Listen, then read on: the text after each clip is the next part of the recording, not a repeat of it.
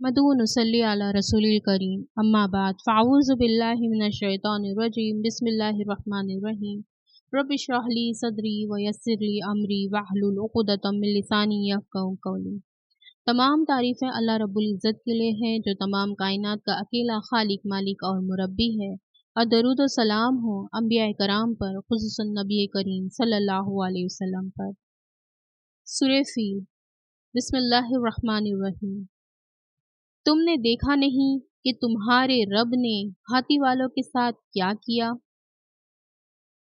क्या उसने उनकी तदबीर को अकारत नहीं कर दिया और उन पर परिंदों के झुंड भेज दिए जो उन पर पकी हुई मिट्टी के पत्थर फेंक रहे थे।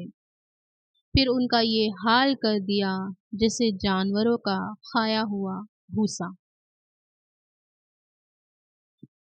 असहाबे फील का वाक़या इंतहाई इख्तिसार के साथ इस तरह है कि क़ब्ल अज़ी असहाबे अखदूद यानी खंदक वालों ये बयान हो चुका है कि ज़ुनवाज़ आखिरी हमीरी बादशाह था जो मुशरिक था, और उसने असहाबे अखदूद यानी खंदक वालों को कत्ल कर दिया था।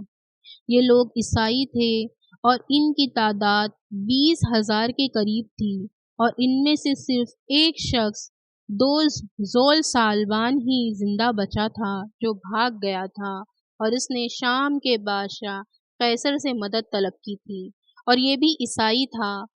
तो इसने उसके लिए हबशा के बादशाह नज्जाशी को खत लिखा क्योंकि वो इनके ज़्यादा करीब था।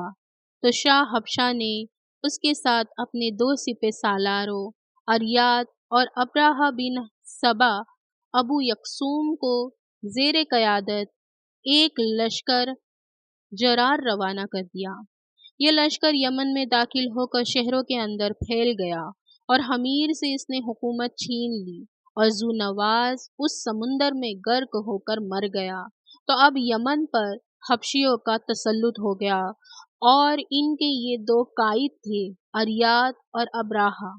लेकिन इनका आपस में इख्तिलाफ हो गया और दोनों ने एक दूसरे के खिलाफ खूब महाज कायम कर लिया, और बलाखिर इनमें से एक ने दूसरे से कहा कि दोनों लश्करों को आपस में लड़ाने की कोई ज़रूरत नहीं है, लिहाजा आओ हम दोनों आपस में मुकाबला कर लें।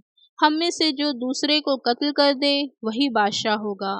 दूसरे ने भी इस तजवीज़ से इत्तेफाक किया। चुनांचा दोनों ने मुकाबला किया और हर एक ने अपने अपने नेज़े गाड़ लिए। तो अरियात ने अब्राहा पर हमला करके तलवार की एक ऐसी ज़रब लगाई जिससे इसकी नाक, मुंह और एक तरफ का चेहरा कट गया। इसी सना में अब्राहा के गुलाम अतुवदा ने अरियात पर हमला करके उसे कत्ल कर दिया। अब्राहा जख्मी हालत में लौटा तो इसके जख्मों का इलाज किया गया और वह तंदुरुस्त हो गया, और यमन में हबशा के लश्कर की बिला शिरकत गैर क़यादत करने लगा। जब ये खबर नज्जाशी को पहुंची तो वो बहुत नाराज़ हुआ। इसने अब्राहा को खत लिखकर मलामत की और कसम खा ली कि वो इसके मुल्क को पामाल कर देगा और इसके सर के बालों को घसीटेगा। अब्राहा ने इसके खत के जवाब में जो खत लिखा, इसमें उससे नरमी और शफकत की दरख्वास्त की। हेलो और बहालों से काम लिया। कासिद के हाथ उसे तहाइफ भेजे। इन तहाइफ में एक बर्तन भी था जिसमें यमन की मिट्टी भरी हुई थी।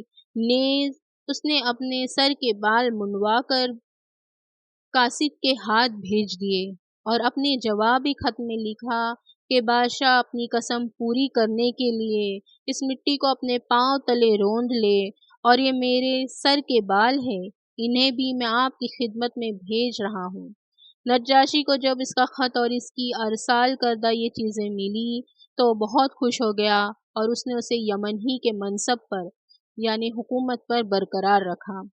फिर अब्राहा ने नज्जाशी को एक खत में लिखा कि बादशाह सलामत, मैं सरज़मीन यमन में आपके लिए एक ऐसा कलीसा यानी चर्च बनाऊंगा कि इस जैसा किसी साबिका बादशाह के लिए कभी नहीं बनाया गया था। और इसके बाद इसने सना में एक बहुत अजीम शान कलीसा बनाना शुरू कर दिया जिसकी इमारत बहुत बुलंद, सिहन बहुत कुशादा اور چاروں طرف سے اسے بہت خوبصورتی کے ساتھ مزین کیا گیا تھا۔